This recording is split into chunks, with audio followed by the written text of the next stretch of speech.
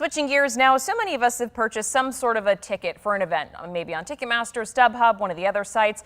But have you ever had only the option to buy a resale ticket that's way higher than the original price? I know I've seen this before. It could be due to ticket buying bots. I talked with House Representative Mike Harris about his bipartisan plan to try and punish those who are behind this scammy action. So start me off with what this legislation is all about. Yeah, so this is a two-bill package. It's House Bill 4262 and 4263, sponsored by myself and Rep. Mike McFall.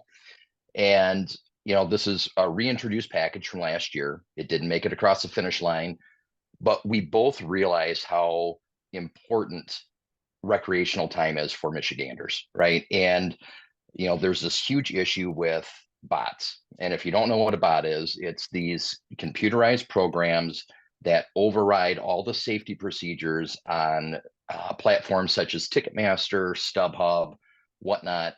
And normally there's like a limited amount of tickets you can buy.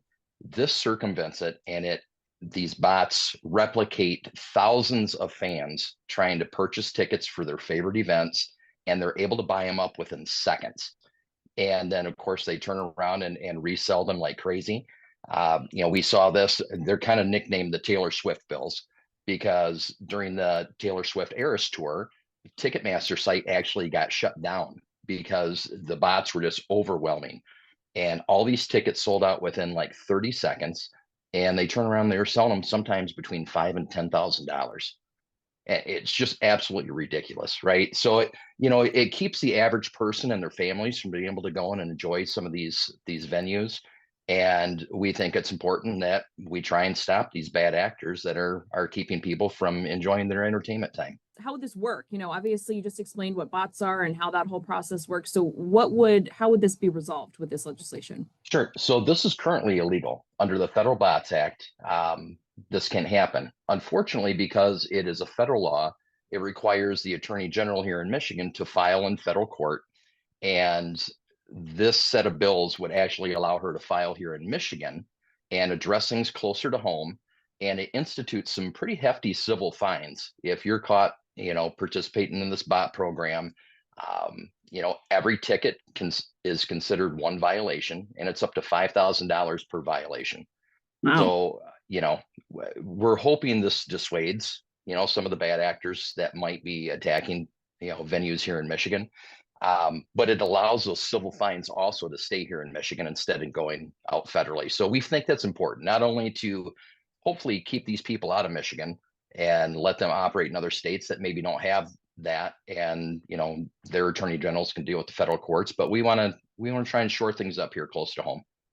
And so, correct me if I'm wrong here, just trying to sort of understand. So basically it's illegal on the federal level, but ultimately, is it not being, I guess, handled as closely as you guys would like, because it's kind of on that federal level, and by bringing it to the state level, it would allow for basically more of these people to, face consequences? Is that kind of like it'd be more attackable, if you will, in finding these people? Yeah, I think the enforcement side becomes a little bit easier. Tracking down these bad actors that are doing these bots, it's a tough job anyhow. But Yeah. when we do get the information, it allows us to act more swiftly, no pun intended. And it allows us to address things here in Michigan, and again, allow the AG to do her job. And hopefully if we're able to assess civil fines on the bad actors, again, we keep that here in Michigan. Yeah. And and I have a venue in my own district, Pine Knob Music Theater. Fantastic venue. It's considered the #1 amphitheater in the US. And people like to go. Yeah. And we want to help with that.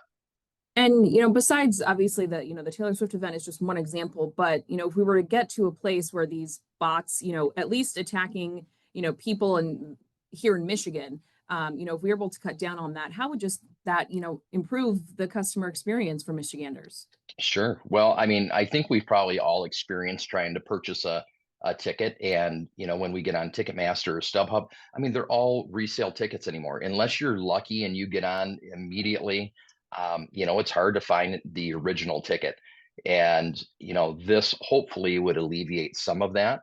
and keep those ticket prices down. You know, when we find that thousands of the tickets are being offered on the secondary market, Mhm. you know, they're never the ticket price, never the face value. You know, Yeah. they're sometimes 200 to 300 times the face value. So we're hoping we can, you know, nothing's cheap here in Michigan right now, and you know, we want things to stay affordable, including in people's recreational time. So we're hoping it keeps the ticket prices down, more accessible to the average person, and anything we can do to help with that, we can.